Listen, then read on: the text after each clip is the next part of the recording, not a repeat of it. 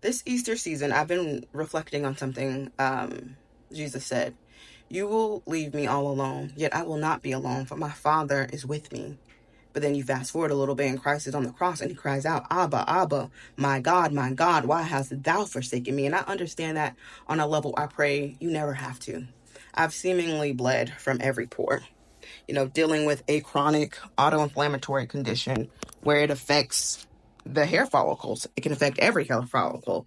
A condition that isn't just visible, but it's felt deep, raw, and consistent. There have been days where I've literally collapsed in pain, crumbled on the floor, unable to move.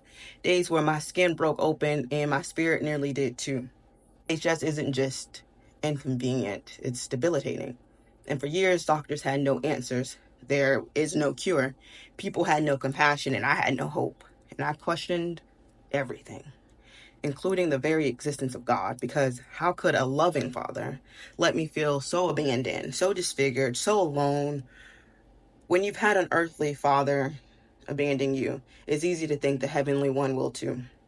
But now when I look back on the cross and I realize something, Jesus didn't just die for me. He died as me.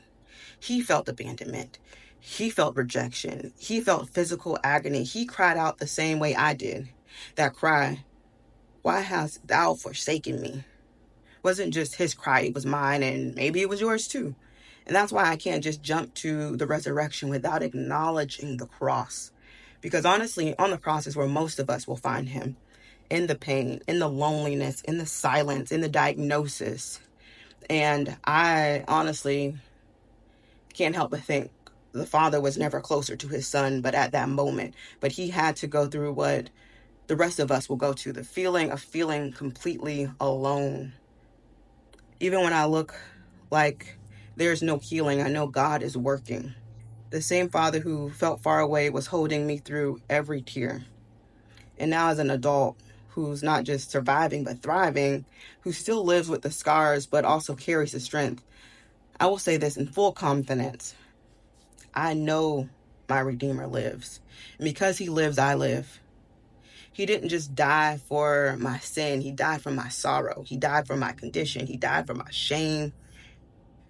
He rose so I would know I was never alone. And that's why I talk about faith. And that's why I post what I post. Because when you've truly felt the depths of Friday's pain, you can't help but praise when Sunday comes.